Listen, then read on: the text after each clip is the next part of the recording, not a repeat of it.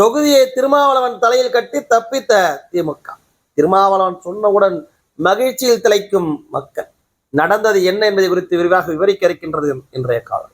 பேரன்பிற்குரிய தோப்பில் தமிழ் உறவுகளுக்கு வணக்கம். நான் உங்க மயிலமுர்கார். பார்த்து கொண்டிருக்கக்கூடிய பார்வையாளர்களும் சேனலை சப்ஸ்கிரைப் செய்து பெல்லைக்கான கிளிக் செய்து ஆதரவு தரும்படி. அரியலூர் மாவட்டத்துல ஒரு நிகழ்ச்சியில கலந்துக்கிட்டு செய்தியாளர்களை சந்திச்ச விடுதலை சிறுத்தைகள் கட்சியினுடைய தலைவர் திருமாவளவன் அவர்கள், நான் மீண்டும் சிதம்பரம் நாடாளுமன்ற தொகுதியில்தான் நிற்க போகிறேன்னு சொன்ன உடனேவே தொகுதி மக்கள் எல்லாம் மகிழ்ச்சி வெள்ளத்துல துள்ளி குதிக்க ஆரம்பிச்சிட்டாங்க. என்னங்க திருமாவளவன் இந்த தொகுதியில மீண்டும் நிக்கிறது என்பது அந்த அளவிற்கு உங்களுக்கு மகிழ்ச்சியை தருதா? அவரு எம்பியா இருந்து உங்களுக்கு அந்த அளவிற்கு நல்லதெல்லாம் செஞ்சுட்டாரான்னு கேள்வி கேட்டா, அதெல்லாம் இல்லைங்க.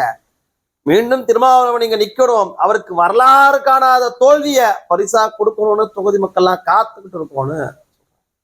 அந்த அளவுக்கு திருமாவளவனுக்கு தொகுதியில எதிர்ப்பு இருக்கான்னு கேட்டா மிகப்பெரிய எதிர்ப்பு இருக்கு திருமாவளவன். இதையெல்லாம் தெரிஞ்சுதான் திருமாவளவன் இந்த தடவை இந்த தொகுதியில நிற்காம வேற எந்த தொகுதிக்காவது தாழ்விடணும்னு முயற்சி பண்ணிட்டு வந்தார்.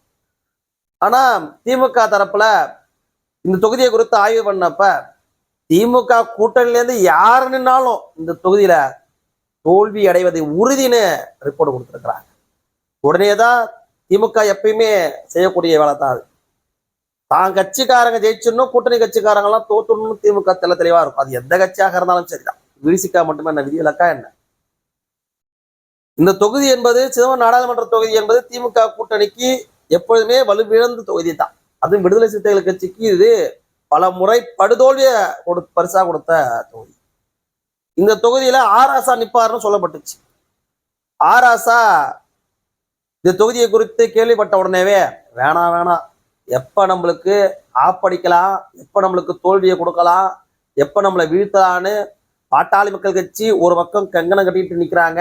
இது பாட்டாளி மக்கள் கட்சியினுடைய கோட்டையா இருக்கு. பாட்டாளி மக்கள் கட்சியை மீறி நம்மளால ஜெயிக்கவே முடியாது, எத்தனாயிரம் கோடியை கொட்டி அரைச்சாலும் தோல்விதான்னு ஆராசா பேக்கடிச்சு போயிட்டாரு.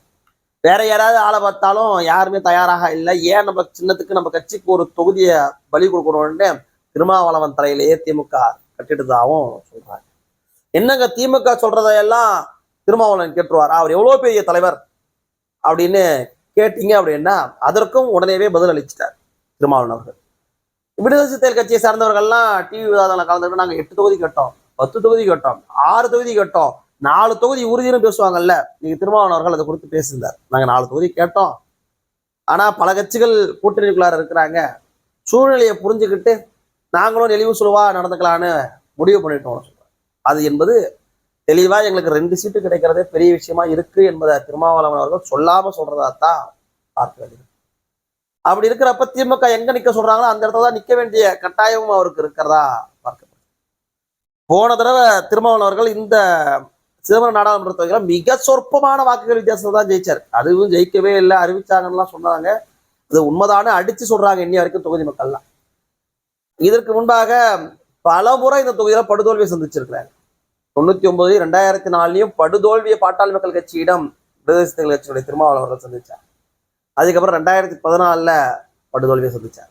இப்படியாக திருமாவளவனுக்கு படுதோல்வியை மட்டுமே பரிசாக கொடுத்த சிதம்பரம் மக்கள் 2 முறை மிக சொற்பமான வாக்குகள் வித்தியாசத்துல இவரை ஜெயிக்க வச்சு நாடாளுமன்றத்துக்கு அனுப்பிச்சாங்க. நாடாளுமன்றத்திற்கு போன இவரும் மக்களுக்காக குரல் கொடுத்தாரானா இல்லைன்னு தான் சொல்றாங்க.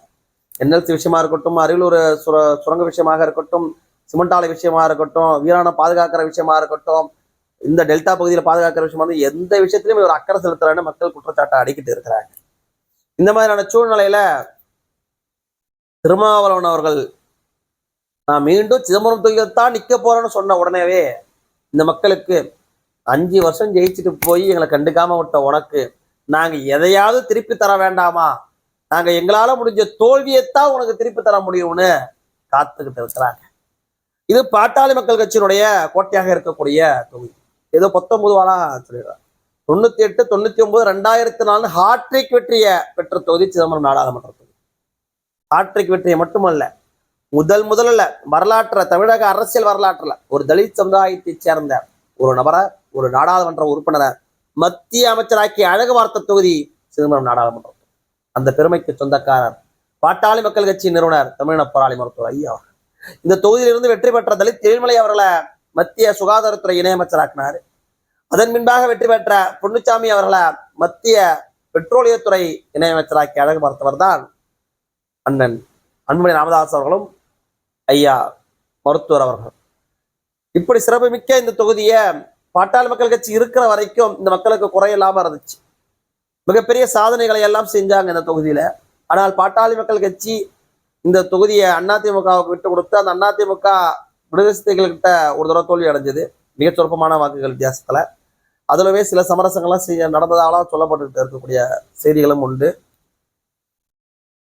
இந்த தொகுதி மக்கள் மீண்டும் பாட்டாளி மக்கள் கட்சியினுடைய நாடாளுமன்ற உறுப்பினர்கள் இங்க வரணும்னு ஆசைப்படுறாங்க. அதனால மருத்துவர் ஐயா அவர்கள்ட்ட இதை பல முறையும் சொல்லியிருக்கிறாங்க. மருத்துவர் ஐயா அவர்கள் அந்த வாய்ப்பை கொடுத்தாங்கன்னா, மாம்பழம் சின்ன இங்க நிக்கிறதுக்கான வாய்ப்பை கொடுத்தாங்கன்னா மிகப்பெரிய வரலாற்று சிறப்புமிக்க வெற்றியை தரத்துக்கு தயாராக இருக்கிறோன்னு அவங்க ஆவலா காத்துக்கிட்டு இருக்கிறாங்க.